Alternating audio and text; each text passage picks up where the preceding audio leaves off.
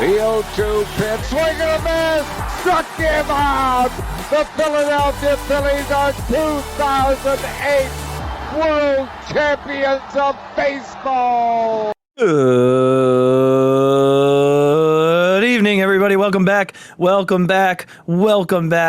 to another episode of the Phixated podcast. I am your host, Mike Azzolina, and I am joined tonight by the man who finally has to give away his Twitter handle, Regzy. Boo! What's up? We hit the number. Did we ever? 21. But you got to stick around till the end of the episode to get it. I'm not giving it away at the beginning. That's for sure. You can't. How you doing, buddy? Doing all right, man. Like I said, I got one more work day till vacation. My first week-long vacation. Week-long vacation, I think, in like 3.5 years. Yeah, about it. That's awesome. That's awesome. I'm excited. Regz is driving to Clearwater tomorrow at 11:59 p.m. That's right. He's getting in the car and he's going to Clearwater. Packing the kids and the wife and seeing if I can make it. Are you staying like on the beach? Or are you staying around the beach? Literally I didn't ask you that. On the beach. Yeah. That's awesome. There's a Hilton that we stay at that's right on the beach. Perfect. You gonna try and catch a game while you're down there at all? I don't Fresher's think home? so. No. I think it lasted a minute. A minute tonight. Classic. No, I think the play like PG show, Regz. You take it easy. I need to come to your house and fix this freaking light. I don't know what you've done to it, but something is happening. We'll get you out here. Out here. Play around to golf, fix the light. That's right. The hotel's like put a bunch of pools in, so like the kids have a good place to be, and yeah, I'm looking forward to it. Nice. Regz. Yes. I love that when you're on the beach next week. Well, you won't be on the beach when this happens, but next Wednesday evening, you're going to get a text message from me that Moo Duck will be the champions of the softball There you league. go. Last night, 20-10 victory. There you go. Yeah, and they brought dudes who hadn't played for him before. Of course they did. Of course they did. So, big win. It was pointed out to me by captain and confidant Eric Kopp that I have not hit in 27 days. Vacation, rain out. Vacation, rain out, Louisville. Mm-hmm. And then the days in between that. So it had been 27 days. He was talking about possibly moving me out of the leadoff spot because of that. Talked him out of it. Your boy went 3 for 3. That a boy. Triple, double, single, 3 runs scored, 20-10 victory. There you go.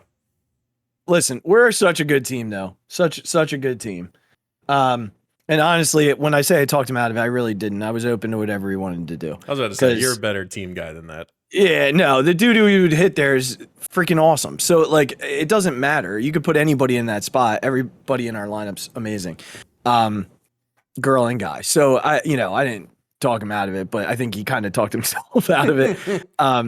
And thank goodness it paid dividends, because I would have felt badly if he kept me there and I had like an over 4 night and we lost or something like that. So when you're on the beach next Wednesday, text me an old hashtag roll ducks. All right. Can we get one for the kids tonight? Hey, hashtag roll ducks. Mm-hmm. There it is. Roll Always ducks, and baby. Forever. Always and forever. Love that. If you come, you know what we'll do? When you come to fix the light, we go golfing. We'll take a trip to Moo Duck Brewery. There you go. So we can go. It's right over by the old stomping grounds. I love me some breweries. Yeah, it's a little small one by the train station in E-Town. Frequented that train station many a time. Yes, you did. So we'll that's what we'll do. There you go. I like it. There it is. Well, we have a whole day. We have a whole day. Might be 2 days. Who knows? Maybe we'll make it a 3-day weekend, a wrap around even. I don't know.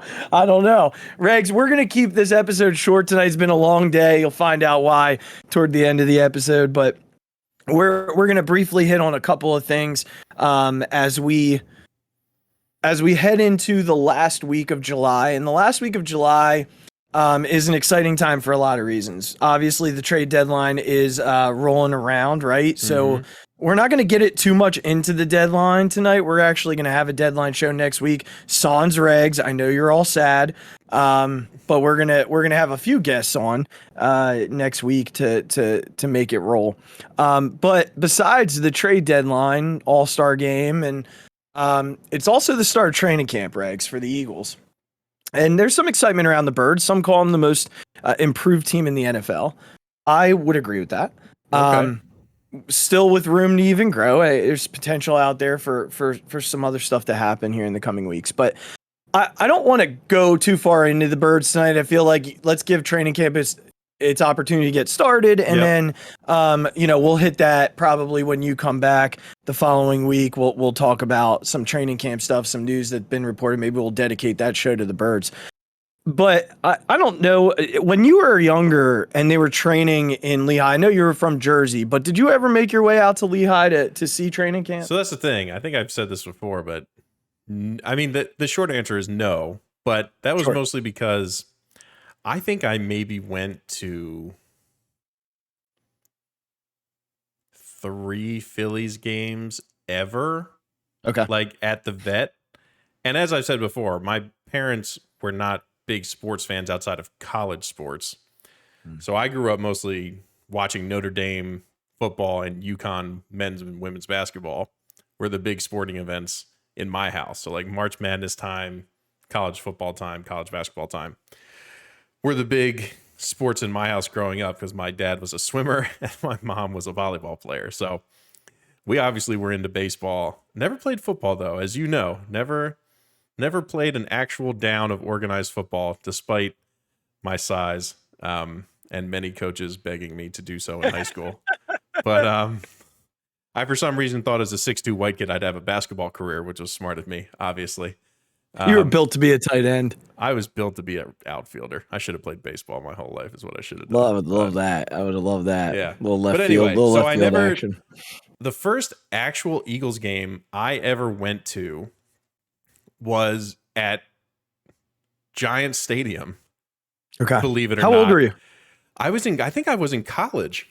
Okay. Because I went with my uncle who lives in North Jersey and got some tickets like on the field, like the row right before, like right on the field in one of the end zones for a Giants Eagles game. So I drove up to North Jersey. That was my first Eagles game ever. And then I've only been to one other when my wife got me one for when the Eagles beat Dallas at home by like 35 points. So that was the days. That was a great one. I've only ever been to 2 Eagles games in person and never a training camp.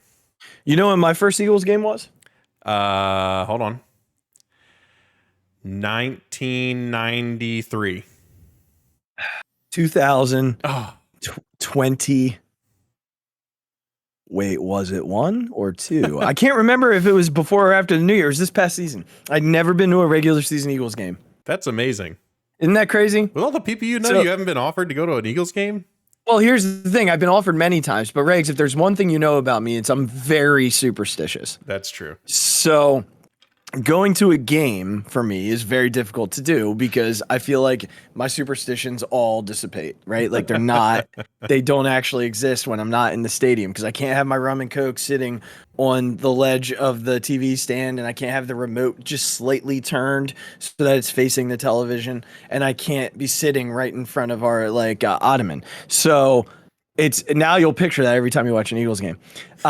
So I chose very carefully, and I went to see them play the Jets this past season because I figured that couldn't ruin. Not even you could mess that up. Right? Not even I could mess that up. And then I found out Gardner Minshew was playing, and I was like, "Oh my God, they're gonna lose." He actually played really well that game, though. So yeah, but growing up, that was yes, I've been asked to go to many. I've gone to a couple of preseason games, but I've never gone to a regular season game until this year, and that'll probably continue into this year too, unless I get another game where I'm feeling really good about it. So growing up, though, we used to go to training camp all the time, and this time of year was always so exciting because you would start hearing on the radio the Eagles are going to be in Lehigh, and I grew up as you know, about 20 minutes Right. from Lehigh University. So it was just hop, skip, and a jump. And either my dad would take my brother, myself, my cousins, TJ and Dan, or my uncle Gene would take TJ, Dan, my brother, and myself. And we would go and just watch drills and practice and hang on the sidelines. And then as soon as practice would end and the guys would go in to shower and go to lunch, we'd go wait in the players' parking lot. And I mean, we met so many dudes growing up hanging out in that parking lot. Like, and if you ever listen to Inside the Birds for Jason Avant, Jason Avant's one of the players that hosts that show. He often talks about like Lehigh and like the fans that waited in the parking lot outside of the dorms where they stayed, and how like at midnight they would hear people outside like waiting for the next morning to get their autographs and stuff. And he's like, that's why Philly is the best. Like that's what it is right there. But just a couple of quick stories. There was a bar restaurant nearby called Starters. And if you weren't lucky enough to get their autographs in the parking lot, well, then you stalked them at Starters. And we walked in one time to Starters, and sitting there was Jim Johnson and John Runyon. All right. Two like legends in Philadelphia Eagles lore, right? You got the defensive coordinator of like, we haven't had anybody like Jim Johnson since Jim Johnson, right? And then John Runyon was a prolific offensive tackle for them for many years. And they're sitting there waiting for their food. We walked over, asked for autographs, got the autographs. They hadn't had their food yet. That was like my Uncle Gene and Dad's only rule. Like, you could not go over if they were eating. You could wait till they were done, but you could not go over till they were eating, till they were done, or if they didn't have their food. And so we went over, thanked them for their autographs, walked away. All of a sudden, like, the waiter comes out with this huge tray, and we're looking around like there's no one else there, like, unless the other players are in a back room. Yeah. He puts a salad down in front of Jim Johnson, and like 4 plates in front of John Runyon, like a burger, ribs, like just insane amounts of food. And we were cracking up. I was probably like 10 years old at the time. But just wild. And then the last year that they were, I think it was either the last year or like right before it. It was when it was like Donovan's last year and Kevin Cobb's like first year. Okay. They're a little older than I remember my brother calling me. I wasn't home. I'd been there like a couple days prior. We were in college, I think, at this point, because I think I brought Rachel Moats like out to see training camp. She really wanted to see it. And so my brother calls me the next night and he's like, dude, I'm at Starters. Like, all the players are here. Donovan's bartending. Like, it's wild. Like, they're all just sitting at the bar. They're like, we're just hanging out with like Brian Westbrook. And I'm like, what is happening? This is amazing. But like, to have those dudes in your backyard for my entire childhood, we'd spend at least 2 days a week at training camp for the entire time that they were there. We also once saw T.O. smoking a cigarette at a gas station, which was wild. Incredible. Isn't that crazy? Like, my cousin was like mean mugging him and he like followed us out of the parking lot. Like, scary guy because he's massive. Yeah. But I think like just this time of year always brings those memories and those thoughts back to like watching guys I grew up watching at training camp. Like, I remember Bobby Hoying being there. And my brother so badly wanting his autograph because of how good he was at Ohio State. Bobby Hoying stunk as an Eagle.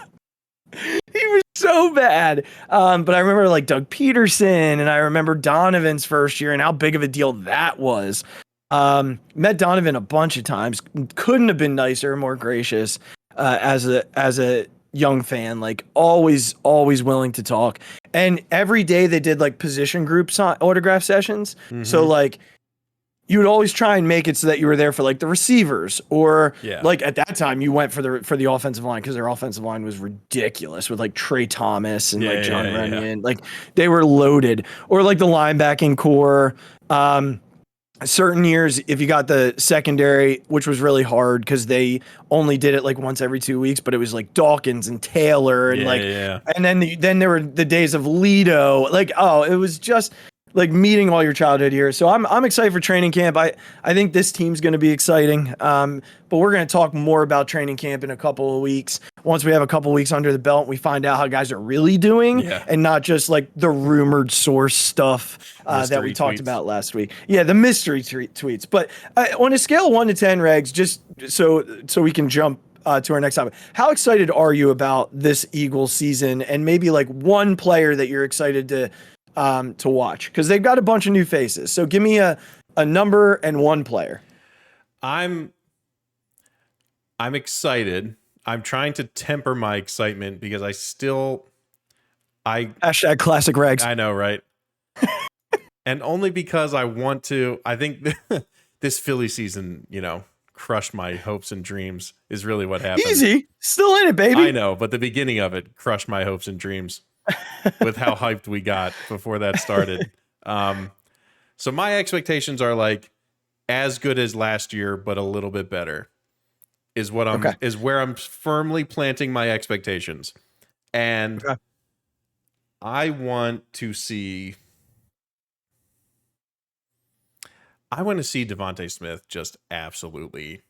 I love that. So not even a new face. Okay. No, I like that. Because I think admittedly, even Sirianni would say he misused his talents at times during the season. Granted, the run game was doing what it was doing, and of course you ride that while you can, but to not take advantage of that guy as really the only threat on the outside, still getting as open as he was on some, during some games. I'm hoping that now with AJ Brown there, he's going to see a lot less double teams. He's still going to be open a lot. And I just want to see them be able to get him the ball and have him do stuff with it, because that guy is just going to be great. And I hope that we can utilize his talents properly and we can see him become that guy, because now he has the ability to, everything's set up for him. The matchups are going to be great for him. Hopefully Jalen's a little bit better at getting him the ball, and hopefully they just keep finding ways to get him the ball, not just as a deep threat, but as, just get him the ball and let him do some stuff. Just give the ball to your most talented guys. So that's who I'm excited to see. I love that you went that route. I really do. Clearly, the guy that I'm most excited for is Jack Stoll, tight end. Of course. Second year tight end. I kid. I mean, I do like Jack Stoll. Don't get me wrong. It's not fair to make fun of the guy. I'm really not trying to. But he had a pretty solid season last year. Excited to see what he does year 2. But I clearly there. The obvious names are out there. You think about AJ Brown or Bradbury coming on board. Veteran types that we've talked about quite a bit on this show. I'm going to cheat a little bit in saying for me, it's Jordan Davis. And I know he was number 13 pick in the first round for them, but this dude is massive. And, I think in college he ate up a lot of double teams because teams have a choice, right? What else are you going to do? Well, now pick your poison, right? Because he's going to line up next to Fletcher Cox, future Hall of Famer Fletcher Cox, or possibly Javon Hargrave, who's also massive. So, again, pick your poison. You can't double everybody. And, I think for me, just watching the freakish athleticism that this kid has at that position, at that size, I'm really excited to see what he'll bring to the table and what we get out of him, and if he can be a 3-down defensive tackle, because a lot of people are saying no, that was a big reason why he dropped. And I don't know that he has to be on this team, but man, if you get into a 2nd and long and that dude's still standing next to Fletcher Cox and you're like, he's going to pass rush. Great, because Fletcher's going to pass rush 1-on-1. He's probably going to eat up 2. BG's going to have 1-on-1. Son Reddick's going to have 1-on-1. Actually, Hassan Reddick was probably another one that it's been so long since they signed him, Regs. It feels like forever and a day ago, but he's another one that I'm pretty thrilled about. So yeah, a lot of exciting stuff there. And I'm sure as the next week and a half go on, when you get back, we'll have a ton to talk about in that regard. But some other exciting news, Regs. with the Sixers. We're going to jump across the street, maybe a little further I was about to than say. across the street, right? At least in 7 years. Well, let's start there, and then we'll jump back over to the James Harden news. But for those of you who did not see today, actually, it was announced that the Sixers plan to build a $1.3 billion privately funded arena in Center City at the current site of the Fashion District, Philadelphia. So, Regz, like initial thoughts when I sent you that, today, and I don't know that I like it. See, thank you. This is what me and even my wife said this. She's like, why would they want to put that down there? We have this great area with all our arenas in one place. The parking is all set up. It's like it's set aside from the city, so there is obviously traffic on game days, but you're not dealing with that plus city traffic to try and get there. You're not sort of forced to take a train or anything, but you can take the train. The train station's right there, can drop you off right there. I like having our little complex with all our teams in the same place. I don't really know why they think this has to be moved to Center City. Like, I'm not sure the reasoning. Like, you're not going to get foot traffic to an NBA game. Like, tickets have become expensive. And when you build a $1.3 billion stadium, you're going to not reduce the price of your tickets, I would imagine. So I'm not really sure. And like, again, are they putting it near a couple train stops to get people to be able to get in there? Where in the world are people going to park in a Center City stadium? Like, it's the same with in Washington for like the Capitals or the Wizards. That place even is the literally Nationals. Yeah, it's even the literally Nationals. in DC. Yeah. And luckily there's a train stop very close to it, or literally right underneath it, so that works out. But nobody's driving their cars in there to get to that game. Like, I took my son to a Nationals game, and again, I live in Maryland, but it was a train to a 10-minute walk to go get there. And again, when you have like a 6-year-old or 7-year-old at the time, and you're not leaving till 11 o'clock at night, and you got to get back on a train to go back, it's like, well, I feel okay in protecting myself and him, but like, I'm not in the best situation here. Right.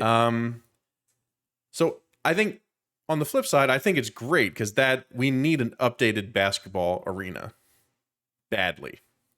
So I think the fact that they're doing it and it's privately funded and it's not, the taxpayers of Pennsylvania aren't contributing to it is even better, considering how some of these stadiums have been built in other places in the past, or the very recent past.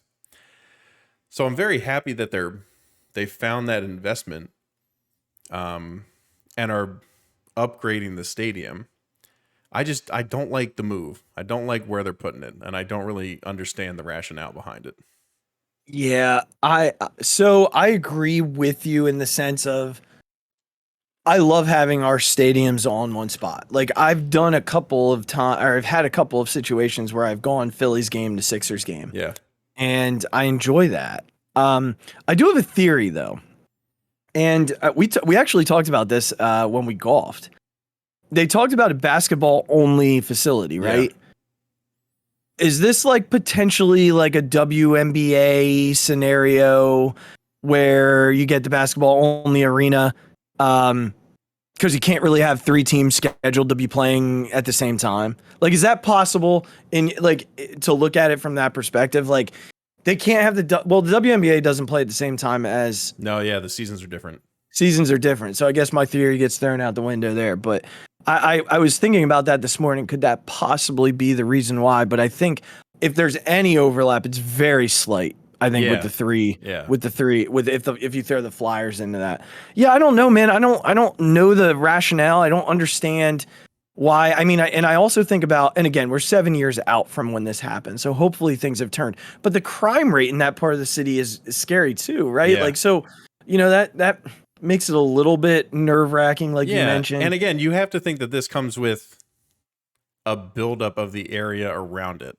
Because usually that's what this means, is that you're going to put it somewhere and then you're going to build restaurants and bars and apartments, and you've got a bunch of developers lined up right behind you to come in and sort of take over that part of the city, which again, I'm not the most familiar with every district in Philadelphia. So I by no means am an expert on that particular part of the city. But yeah, it's weird. I don't really understand it. Logistically, it doesn't make a lot of sense to me, outside of the fact that like the arena itself needs updating. So I'm not against it in that sense, because I think that's probably long overdue. But yeah, just the location will continue to baffle me until I hear someone maybe explain it. Yeah, I'll be curious to see what they have to say about it once they make their statement. I haven't seen any statement from the organization yet. But I mean, talking about your parking scenario there, I do think that there's probably some sort of SEPTA piece at play, right? So you would have to think so. You have to. I mean, you use the stadiums as parking lot anyway, right? So unless they schedule Flyers and Sixers games simultaneously, then you can't use the stadium parking as stadium parking, because they don't usually play at the same time. So you're gonna have a mess down there either way. I don't know. It's a very confusing. I know a lot of people were baffled by it this morning when it was announced. I thought it was initially a joke. And then, as I saw more trusted sources saying it, I was like, what is happening? Where are we going? Yeah. I don't necessarily have a great answer for it, but we've got 7 years to figure it out, I guess, huh? I guess. I mean, again, I doubt it'll change, because they usually don't pick, say a location and then back out of it. And then back out, exactly. And you have to think that it being a basketball-only arena plays into this. So now they have to keep I still call it like the Wells Fargo. I know I know that's not the name of it anymore, but that's what I continue to call it, because that's just what's in my brain. So now that is going to have Flyers, Phantoms, like the lacrosse It is the teams. Wells Fargo. Is it still? Yeah. All right. Good. I'm glad I got it right.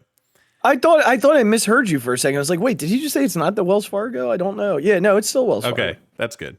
I'm not going too crazy in my old age. No, you're good. You're good, buddy. You're good. So you think that now has Flyers, Phantoms, the lacrosse team, whatever else comes in.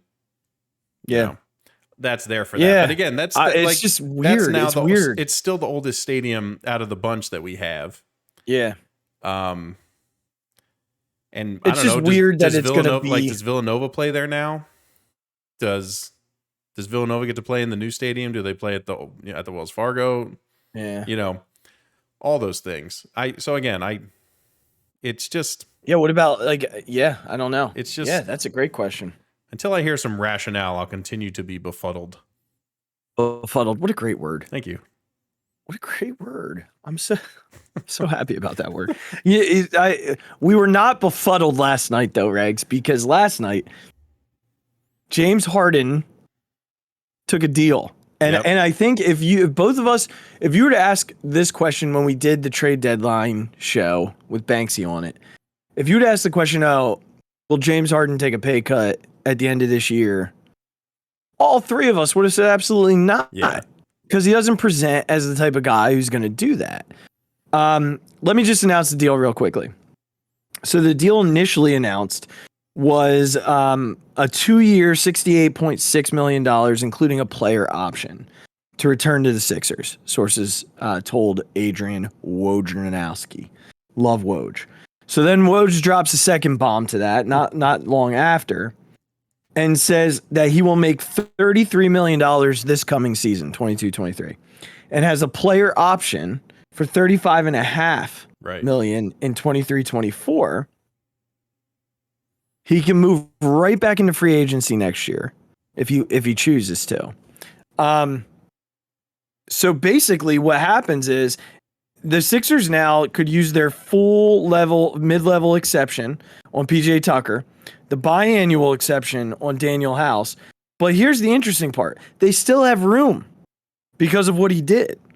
So your initial reaction to James Harden taking the pay cut, and then I'm going to just ask you for some of the names that they could potentially sign and still be under the apron. So give me your initial thoughts when you saw that, even though we kind of knew it was coming, but seeing how much he took off of his deal. Yeah. And then we'll talk about the players. I think this solidifies Daryl Morey as the ultimate Harden whisperer. Whatever relationship Daryl Morey that is a great perception. I love that. With James Harden is unprecedented.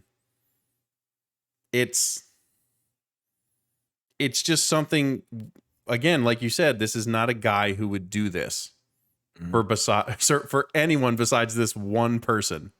I strongly believe that to be the case. That if any other owner, GM, coach, basketball ops guy presents this to James Harden and his team, the answer is no. And for whatever reason, Daryl Morey and that guy have some relationship where Daryl can sit down with him and James actually listens and like turns into a normal human being and can rationalize and can sell him on whatever Daryl's selling. So it's like, I mean, hats off to Daryl for putting in the work to make this a thing. And for probably knowing deep down that he could always do this. You have to think that was part of his thinking when he first brought him over, is that I can't pay this guy $49 million or $45 million or whatever it was going to be and still keep Joel Embiid happy with the team that we have together after watching it last year. So, I mean, we might continue to criticize Daryl for a just okay offseason so far. Again, there's a lot of shoes still to drop. Again, I still think that Tobias Harris and possibly Thibault are not on this team when the season starts. But kudos to Daryl Morey for being able to talk a guy like Harden into this much of a pay cut. And still be able to I know it's a player option, but to still kind of give him a way out if he wants to. And give yourself a way out. Well, yeah, I'm sure there are buyout terms and things like that, but with a player option, he can, even if he's mad, he can just say, well, I'm taking it because it's my, I'm taking the money. Yeah, I'm taking my money, right? But that was my initial thoughts. What were your initial thoughts? I was excited. I mean, we had just finished our playoff game last night, and I looked at my phone real quickly and saw that he had signed, and then I saw the deal, and I was shocked. I knew he was going to take less. I didn't know that it would open the doors for what it could open the doors to potentially, because I know we talked about Toby going, and we talked about what that might look like in terms of like a lineup. But with this deal, Toby doesn't have to go. Because honestly, I don't know what the replacement for Toby is unless you trade for his replacement. Right. So truly, with the way that this deal is structured, they can still sign one more guy and keep Toby, and their depth is pretty wild at that point. With a lot of length and some more athleticism, not a ton more athleticism. Like Tucker's not super athletic, but House is. So is Melton. So, I mean, like, there's still more athleticism than what they had previously. If you don't trade Thibault, he's still there. Maxi's freakishly athletic. So, and I again, I think this deal has done a lot for them in terms of, yes, we brought PJ Tucker and we brought Daniel House in, but they still have room, like I said, for one more and a couple of the names who could fit, both player-wise and money-wise. Throw these out here at you and see what you think. Names that we've seen before: Gary Harris, Pat Beverly, who we have talked about on this very show, Jay Crowder, Reggie Bullock, who we have not talked about, but I think would be a pretty interesting fit, and former Sixer Alec Burks. All names that they could potentially sign and still be under the apron and not have to send Tobias Harris out at all. I I know there's been a lot of talk about Eric Gordon, but I don't think he can come here without us trading Harris. Yeah. And I don't necessarily know that Eric Gordon's the right guy to have to deal Harris out for, if that makes sense. Yeah, sure. So any of those names that you're like, yeah, that's a position, a player that fills a role in the team as structured right now. Jake Crowder, surprisingly. I was going to say he or Bullock. I for some reason I'm always drawn to Reggie Bullock. Yeah, I think again, that guy who can still play some defense has become a better 3-point shooter. Does he play like stretch? Is he like a wing or a stretch 4? Like where does he fit? I think he's got to be a 3 and then a small ball 4, I would imagine. Yeah. That's the way I see him too. But again, he's a less efficient defender than Thibault, but a much better offensive player. Right. Has really improved on his catch and shoot ability and has been on like some playoff teams. Says he wants to come here too. So again, a guy who has that experience in the playoffs to be able to help them, when they eventually get there again. Yeah. He definitely he said that Philly's a top choice for him, wants to go to a contender. And I think, when you're considering that 4, especially the small ball 4, they don't necessarily have that off of the bench right now. Yeah. So, and potentially could he start? Maybe, he's another one who I think is a little bit of a pain in the butt defensively. Not like you said, he's not Thibault, but he's a little bit of a pain in the butt. Probably not as much as Tucker either. But I don't know. I'm excited about the potential of most of those guys. I don't know that you can talk me into Alec Burks. He was here and wasn't great for them. I know he was better when he left. It seems to be the case with a lot of guys they bring in. Yeah. And I don't know about Gary Harris either, but the other 3 I could get behind. I'd be excited to see any of those 3. So well done by James Harden, Regz. Well done. Yeah. I'm in. Thought we'd be saying that, right? I know. Not us. Not even.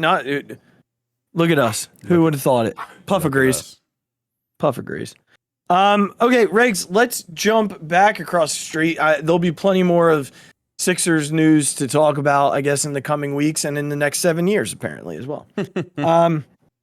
Let's start, before we go right into the Phillies, let's just start with the AllStar game. So I was waiting for you to say, Azzy, you're not in your normal Phillies red tonight, and I'm not, but I am wearing this sweet Ken Griffey Jr. That is, if you're watching us Ken on Griffey YouTube. Jr. shirt. And this is also the Ken Griffey Jr. I noticed hat. that. I noticed the hat. It's the Baseballism Ken Griffey Jr. collection. And on All-Star Week, you represent your favorite player in baseball history. And for me, that's Ken Griffey Jr. God, I love Ken Griffey Jr. Yep. So it was cool seeing him on the Derby. We're not going to talk about the Derby because I thought it was kind of lame. Yeah. For the most part, I think the format's dumb, and I want him to go back to the old way. I don't mind it being long. If we go back to the old way, I just like the old way better. But I thought, the All-Star game to me, Regz, a whole lot of pomp and circumstance. It's what it's meant to be. They definitely tried to amp up the entertainment this year. And there were a few segments I enjoyed. I asked you before the show, had you watched it, and you said, yeah. What was something that you enjoyed about this All-Star game specifically that maybe they hadn't done in the past or hadn't done to the extent that they did this year? Yeah, I don't want to steal your thunder because we talked about this before we started. But I think I've got a ton. All right. So, I mean, I love the mic'd up stuff. I like the fact that the dude asked John Schmaltz what pitch he should throw. Was unbelievable. Alex Manoah, he's good. He's like, you got it, John. And he throws the back foot slider. That's great. That's what an all-star game should be. That's what kids who are watching should get a glimpse into. And see how good these guys are, that he's just like, okay, I want this. And he's like, you got it. And he throws it literally to his back foot. Yeah. All that stuff. When they get the outfield, the outfielders talking, and they're able to make a play. That was cool. When they get first baseman talking and they're talking to the guy who comes to first base, I think they've done a good job of they tried to get too serious with it. Like that was a whole era of the All-Star game. Yeah, where it really mattered. serious, right? This time it matters. Yeah, they tried to take it too serious, and it seems like they're going the other direction, which is good. I hope they don't get too far that way, because then it just becomes dumb, Clown show, and pointless. But I think they're at a pretty good spot right now.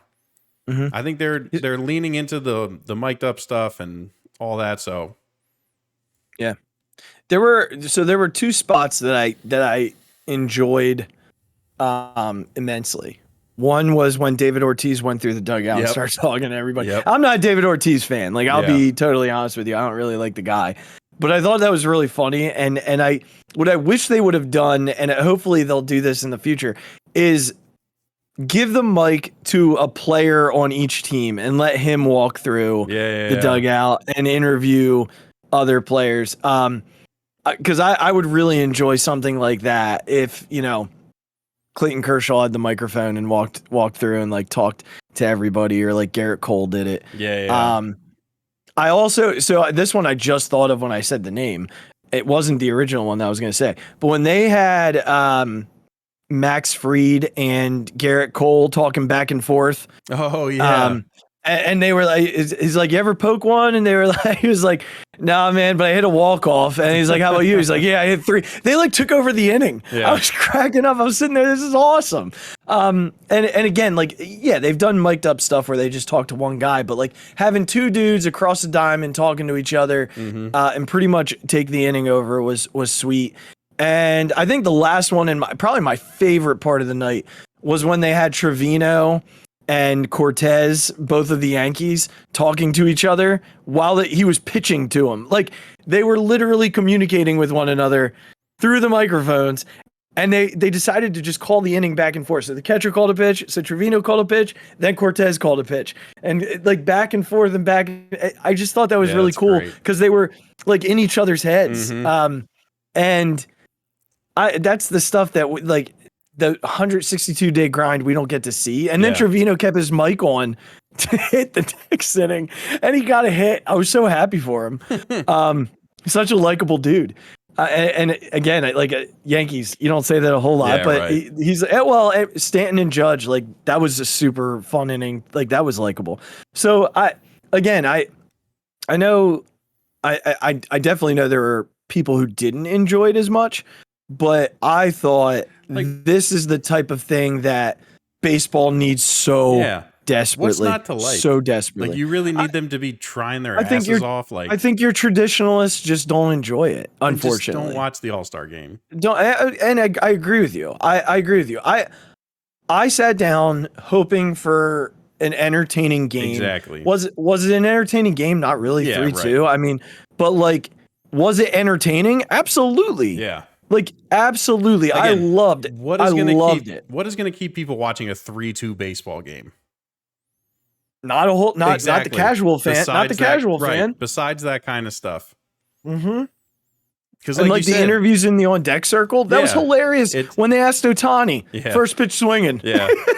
It's like, that's what I mean, though. That's what is going to keep people watching the game. Yeah. Yeah. They're going to flip it on because it's a big deal, and they're going to know about it from all the commercials and all that stuff. So they're going to flick it on for 10 minutes, and you got to keep them there. Right. And I think one last thing here before we move into the Phillies specifically, specific to like the insight that we get from the players, like we talked about, you talked about Manoah and how he was like, Smoltzy, what do you want me to throw? And we talk about Trevino and Cortez and like their connection to one another and the way that so I go back to the interview with Cole and Fried, and when they asked about Ohtani and what they thought about Ohtani, I found their answers to be something that like we don't think about, right? So they talked about how it's not just like the pitching part, but he hits for 5 days. Yeah. And then he pitches. And what that means for his body, like, it's so impressive what he does, because Garrett Cole talked about how he loves not hitting anymore. And he's like, yet this guy comes out and hits 5 days a week and then pitches. Right. And his body just recovers differently.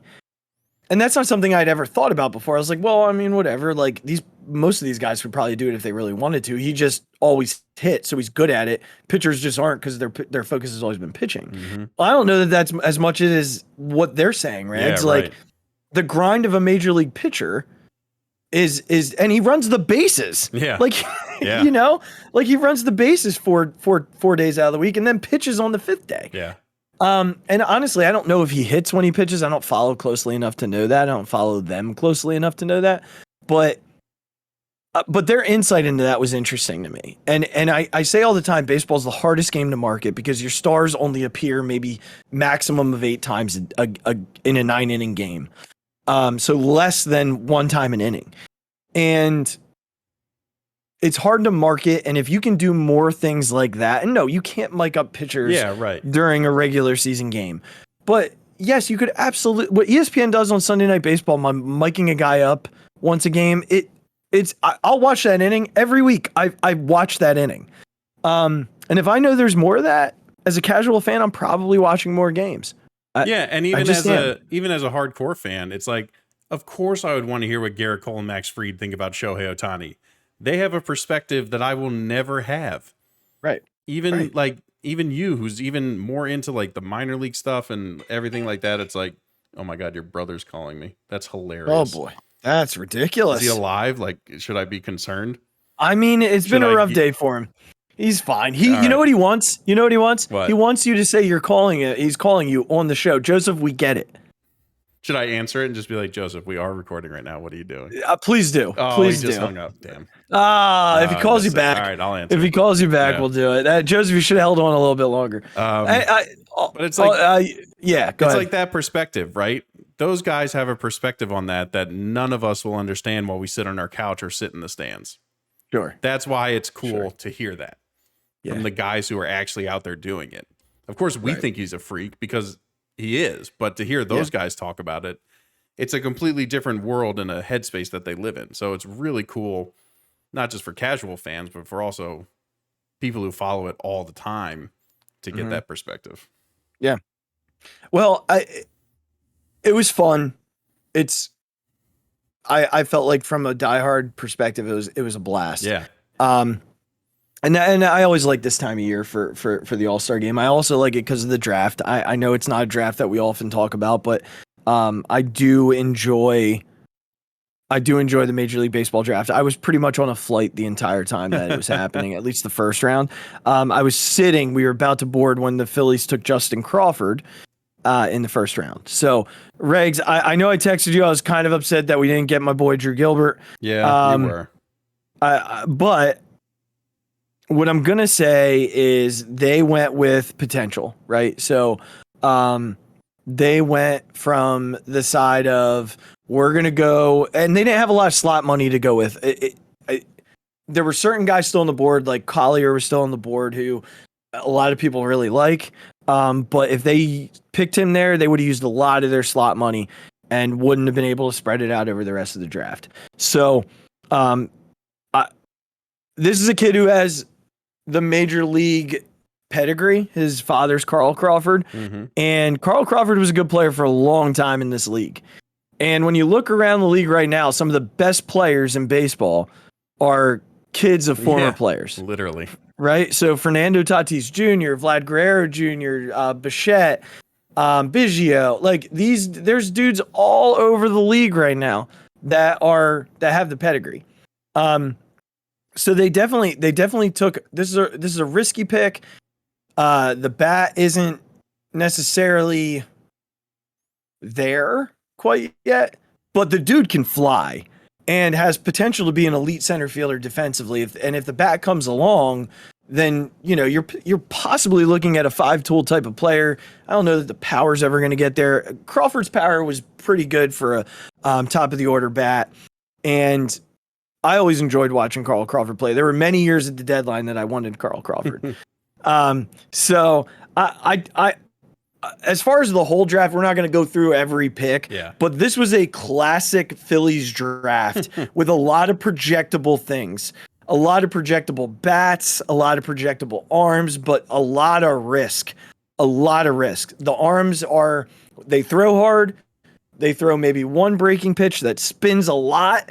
And if you can get it controlled, great, you're going to be good. So if you can find a pitcher or two out of this and maybe one God, this system needs bats.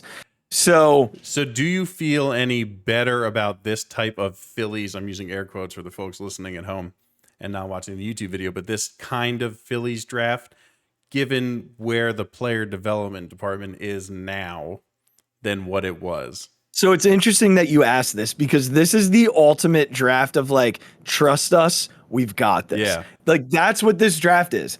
This draft is very much, we're taking believe we can put these guys in a position to succeed to their potential.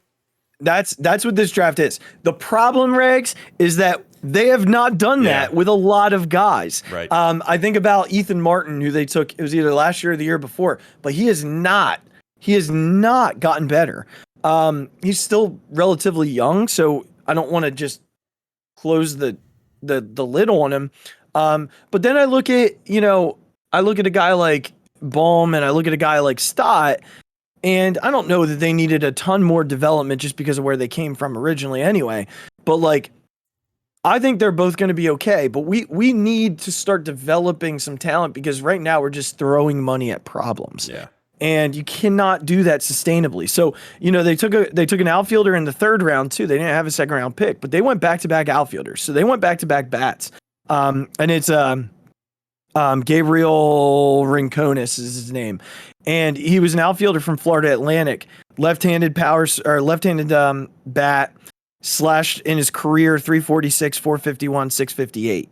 So, there's potential there, but can they develop him? After that, it was a lot of arms, mix of a lot of college with some high school, but a lot of projection. Took a kid from Miami in the fourth round, throws super hard.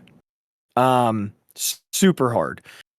So 120 strikeouts and 91 innings in about 50 games over his career. So they see him as a frontline potential starter. Now, can they develop him into that? We'll see. Well, so this is where in 3-5 years from now, with no significant changes to that sort of player development department, this is sort of their watermark, right? Okay, you had a draft where you took a lot of guys with a lot of potential. What have you turned them into? What does that look like? Because in the past, like you said, this department has been severely lacking for this organization, and it's been overhauled. So this is kind of that new team's chance to show what they can do. And this is Preston Mattingly's first draft, essentially. I know he's not necessarily as involved. This is Brian Barber's department. And look, Brian Barber is good at what he does. So I have faith in Brian Barber. Now it's Preston Mattingly and his team's job to take what Brian Barber gave him and develop it. And you're not turning out all these dudes. I know that. I've watched baseball long enough to know statistically, right?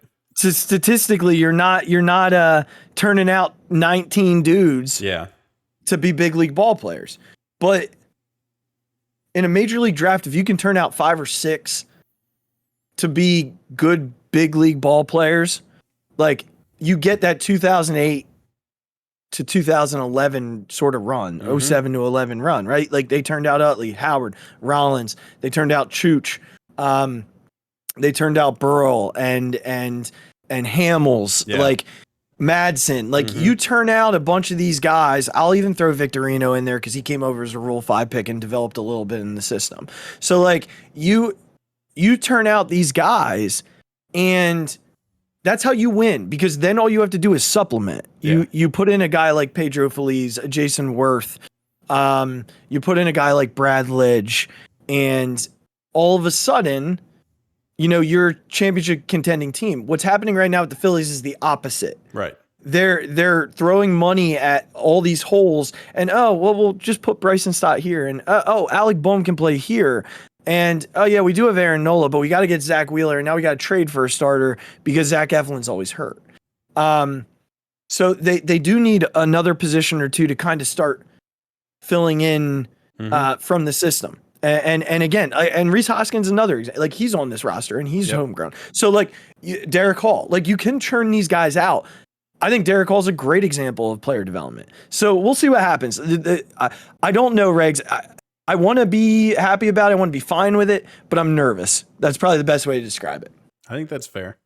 Yeah, I can see one guy turning out. I can see 5 or 6 turning out. It really depends on if this player development group can be trusted. And Preston Mattingly, come on, bro.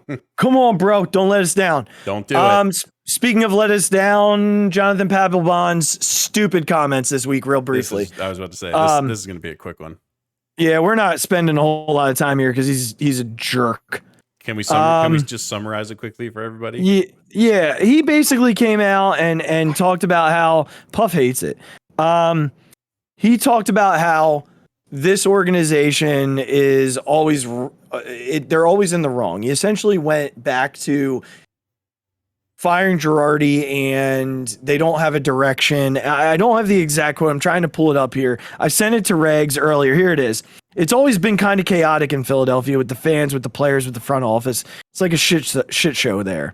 And for me, I see the shit show continuing. I mean, they fired their manager, 2 months into the season? As long as that stuff happens, Philadelphia will never win again. Philadelphia will never get back to the playoffs. Like, dude, they fired the manager and they got better. Are you watching? Well, it's not just that, right? He went in on Bryce Harper, too. He did. Let me get to that one. Let me get into that one. I don't necessarily see him being a huge leader of the team because he was never really a leader when I played with him. He kind of went about his own business and was more of a me guy or an I guy and wasn't really into what was happening in the clubhouse and didn't have that pull for the team. Dude, he was 23 when you played with him. From a pure source of teamwork, Jonathon Papelbon himself. Well, listen, yes, when LA was trying to get him and he was like, "Oh, I'm not going to set up for Kenley Jansen." Yeah, you're a real team guy, bro. Yeah, right, exactly. But Bryce Harper was 23 when he played with Jonathon Papelbon. You don't think he's matured in the last 6 years? Give me a break. Yeah, right. Give me a break. Papelbon, because you can compare everyone to their 22-year-old selves with how they are now. I'm a much different person than I was when I was 22 years old. That's for sure.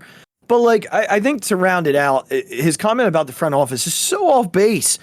The front office that brought him in was Ruben Amaro Jr. That's 2 GMs ago. Yeah. 2. Like, and again, it's just like, how do you know? Like, Dave Dombrowski wasn't your GM. Right. Like, dude, they fired Girardi because they underachieved under Girardi. And they've been better since then.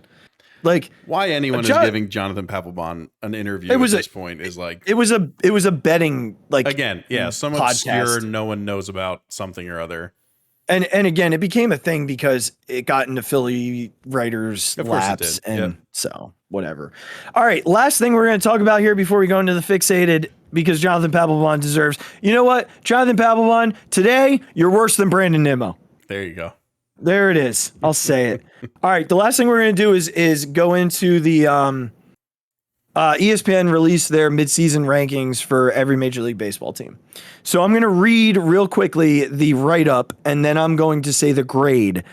We're going to agree or disagree with the grade, and we're just going to talk about the write-up real briefly. Yep. All right. Philadelphia Phillies record 49-43. It was looking ugly when they were 22-29 and fired manager Joe Girardi, but they turned things around under Rob Thompson, going 19-8 in June with an impressive plus 40 run differential. But note, they played only 3 games against the Mets and Braves in June. They have 12 against Atlanta and 7 against New York after the break. They've been without Bryce Harper since June 26th and have played about 500 ball without his big bat, even with Kyle Schwarber going on an absolute home run tear. In Harper's absence, they need some others to step up, most notably ground ball Nick Castellanos, who is far below his numbers of recent seasons. As always, the defense and relief pitching have had their issues, ranking in the bottom third of the majors. They gave the Phillies a grade of C. Regz, agree or disagree with the grade of C, and anything in here that stood out to you as, yeah, that's accurate, or, oh my gosh, they're way off base? I'm fine with C for the season overall. Okay. I'm okay with the grading. I disagree with a few points that we'll talk about in the write-up. Ground ball Castellanos made me laugh. So that was funny. Good for that guy, because that was funny. That made me laugh almost out loud when I read it. That was fun. Yeah, it was I did really too. good and completely accurate. And God, Nick, if someone get this to him, Nick, from us to you, buddy. We need you, buddy. We need you. We need you badly, bud. Just come back to us. Come back to us. Yeah. So that was funny. We'll give him credit for that. Yeah, for sure. The bullpen thing is obviously turned around in the past month. So again, if you're going off like a full half a season grade, I understand why he uses like an overall statistic for the bottom third kind of stuff. But the bullpen has been trending the right direction, and we hope that they continue that. And then I think the last thing for me is, I get it that we're going to play the Braves and the Mets a lot. Do I have 1,000% confidence that the Mets will continue to be this good? No. Do I hope that the Braves like come down to earth? Yes.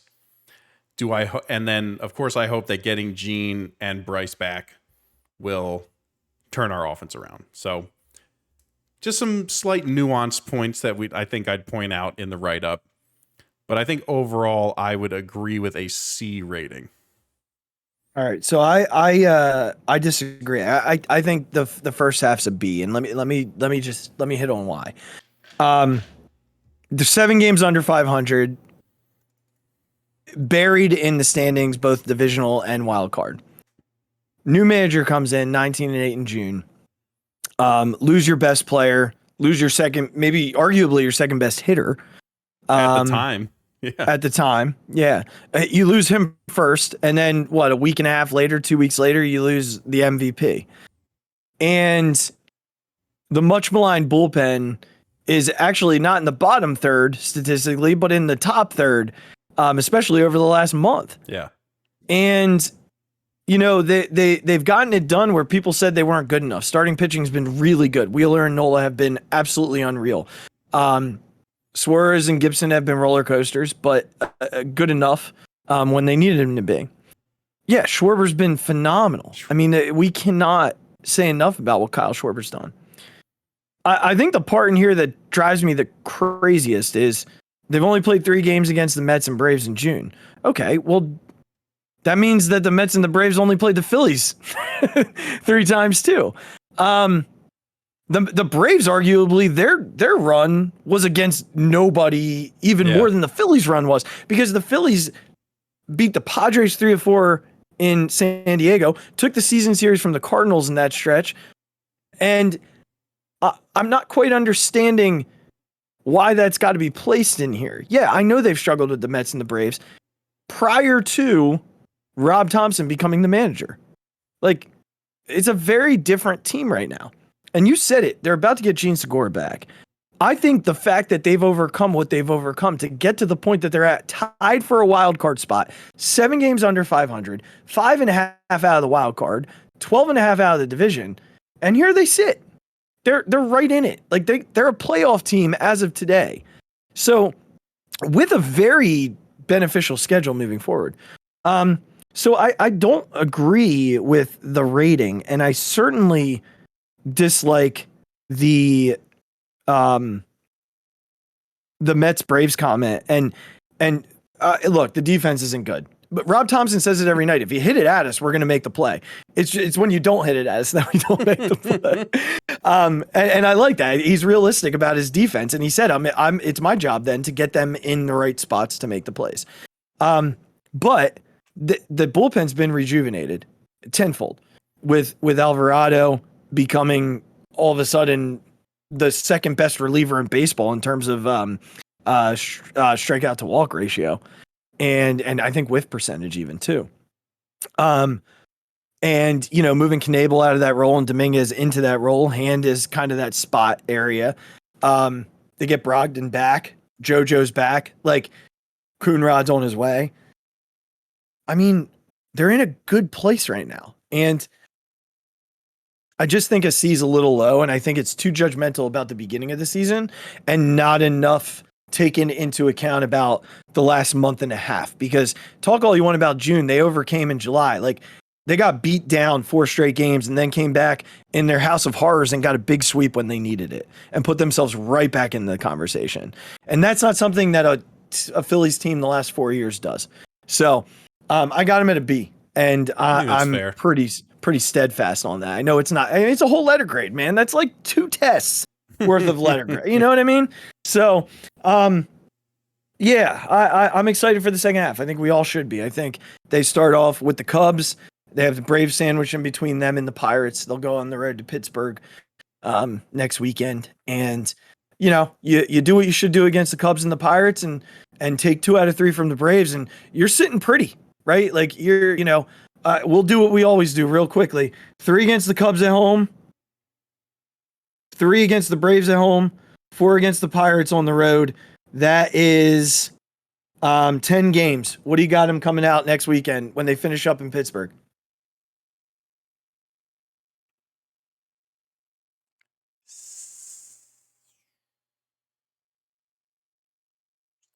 7-3.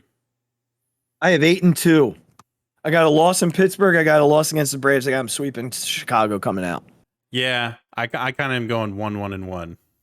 Okay. All right. I think the pitching matchups against Chicago get it done. I think also they'll probably have a new arm out, and well, maybe not out in Pittsburgh, but shortly thereafter they'll have a new arm. Yeah, I just think at this point we're gonna have a game where we score a run and get 2 hits.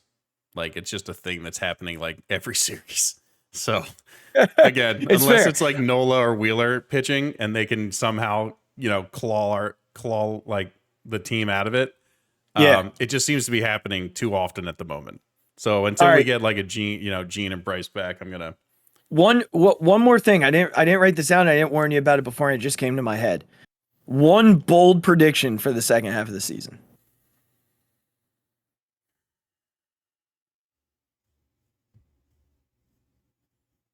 Huh. Long silence. It is, because I have a couple different things in my head, and you're putting me on the spot. I am. I'm putting myself on the spot. I didn't think about this either. Castellanos hits 300 plus for the second half of the season. All right, mine was going to be Castellanos hits 15 home runs the second half. I'll change it. I need it. We need to put this energy into the world. Yeah, I feel like it's an all Nick the karma into the world for him. Yeah, you know what? That's what it'll be. He'll hit 300 and he'll hit 15 home runs, and all will be right with the world. I just need all the karma going to Nick Castellanos. Come on, Nick. Come on, man. Listen. If he does, Nick, you know what podcast to come on if you do it, buddy. Come on. Listen, we love you, Nick. We do. We got nothing but love for you. That's why we care so much. It's coming. So the Nick badly. Castellanos. God, I want that guy to just be on a tear for like the Schwarber tear. I need a cat. Like, as much as as the fans loved Kyle Schwarber's June, just imagine Castellanos being red hot. Yes. People will lose their minds. They will. They will. This fan base wanted that guy after that whole I didn't go to college, I just hit baseballs thing. Yeah. This fan base wanted that guy to be so good. And he's about to be. That guy on fire will light this city up. Starting tomorrow night. That's right. Buckle up. You heard it here first, folks. It's coming. That's right. All right, Regz, you ready for Phixated? Ready. All right. Well, guys, it has been a tough day for me. It's part of the reason why we're recording so late. Where actually this part is being done at 11 p.m. Regz has been super patient today. It was a hard day, and I'm going to try and not get emotional during this Phixated.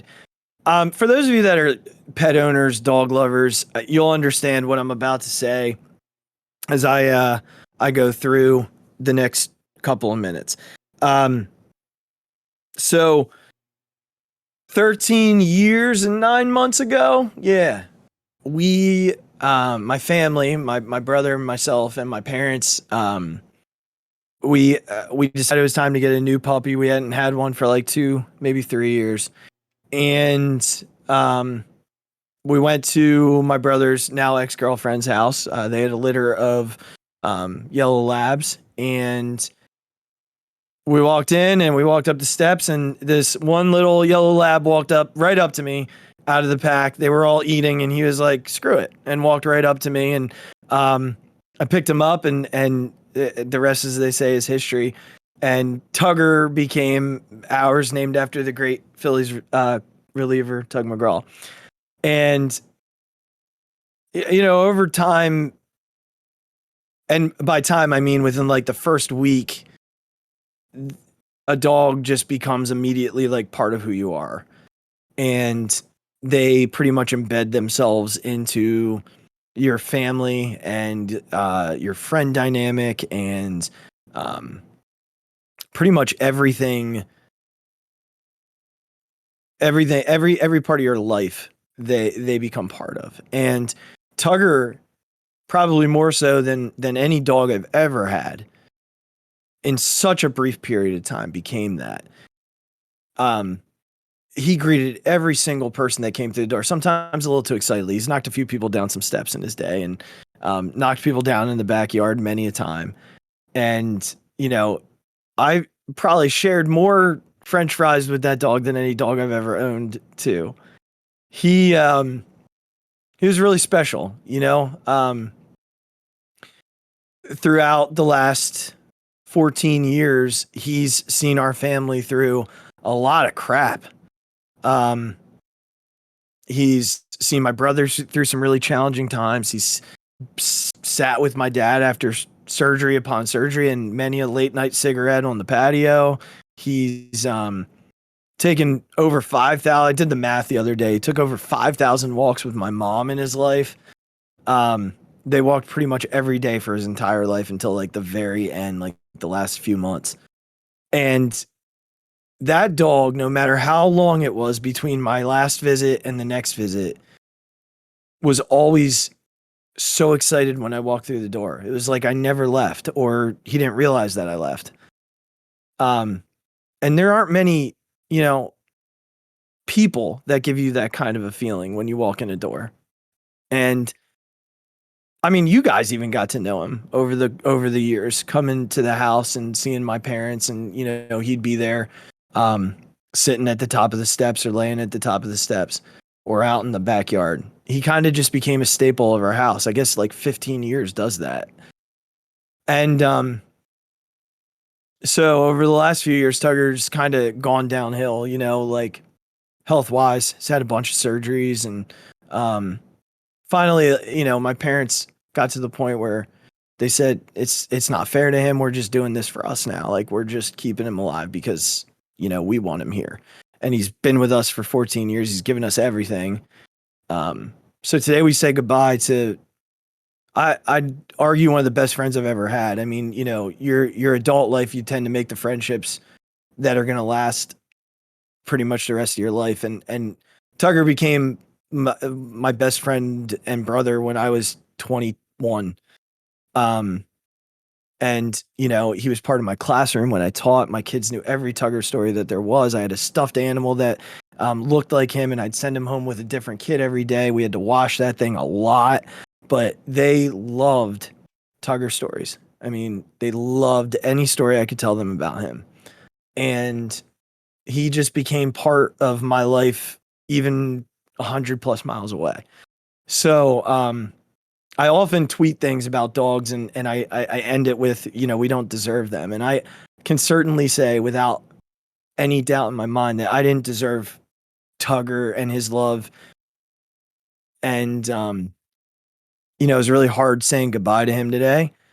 And I don't know that I'll ever really get over losing him. I think dogs get the shitty end of the stick, because they don't need to be here long, because they already know how to do all the things we should be able to do as humans. They know how to love. They know how to enjoy the things that are so simple in life. And I think sometimes we don't. And they're just here to teach us. And that's why they spend such a short amount of time here. and I wish we could have them longer because honestly, Regz, this place would probably be better if dogs just ran it. There's a good chance. So I'm just fixated on a dog's love tonight. And Tugger, I love you, buddy. I know you're up there running right now. I know that for a fact. You're finally able to run again, and I'm happy for you. So thanks for everything that you did for me and for us. And I'm gonna let Regz talk for a minute because I'm getting choked up. But I love you, buddy. It's all good, man. Obviously, I've met Tugger many a time. Never had a dog personally, but I certainly know a lot of people who do. So obviously, hearts out to you guys, everyone in the fam.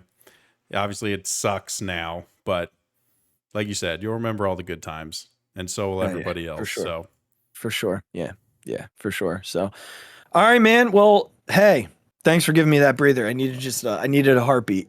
Always here for you. So guys, it's time. Real quickly, Regz, before I go through it, drop that Twitter handle. First of all, thank you to everyone who's subscribing to the YouTube channel. 21, baby, and if you haven't, subscribe underneath. We are up to 21, 4 more till that, quarter century mark. So if you haven't already, like as you said, hit that big red button. It's completely free. It just is going to let you know when our podcasts are up on YouTube. And eventually when we're doing this thing full time, we'll have some more content for everybody. So, you can just keep helping us towards that goal. But I made a promise that if we reach the 20 subscribers, that I would finally give my own personal Twitter handle a plug. I am not a person who enjoys, I don't know what you call it. It's not bragging, but self-promotion. I would much rather put my efforts towards an entity like this podcast. Listen to this guy. Or someone smarter like Mr. Azzalina over there on the other side of the microphone. But anyway, if you do want to follow me, I tweet sometimes about ridiculous things. So, or I'm tagging the podcast, or something like that. So if you need another way to follow the network or the podcast, it's at Big Regz. Regz is spelled REGZ for those wondering. I know all my friends spell it differently, so I have to say how I spell it, but there it is. There it is. For those that can't see, I am Will Ferrell, Wedding Crasher, celebrating here on the finally screen. Happened. It finally freaking happened. We are here. I'll give away my Instagram at 50. Oh, wow. Buckle in, everybody. 29 to go. There you go. 29 to go. All right, so now you got to go follow him at Big Regz, Big Regz with a Z. That's right. Love it. Make sure you click subscribe below. Make sure you follow at B&B Podcast. Regz, I wasn't even following at B&B Podcast before. Gosh. It was unbelievable. Bad job. How have I let you go this long? How about it? Make sure you follow at me at the Phixated Pod. My goodness, can't forget that. Never. And you can follow me at the Mic Drop 5. I don't mind selfishly plugging myself at the Mic Drop 5 on Twitter. And if you really want to follow me on Instagram, it's at Azzalina M. So go for it. Whatever. I don't post that much on Instagram. So, but we appreciate you so much hanging out with us tonight. Make sure you stop back next week's special trade deadline episode with a few guests, one who you'll know and two who will be brand new. We appreciate everybody who listens. Make sure, Regz, hey, before we go, have a great vacation. Thank you, buddy. I appreciate that. You deserve it. You guys will hold down the fort. I will be listening intently.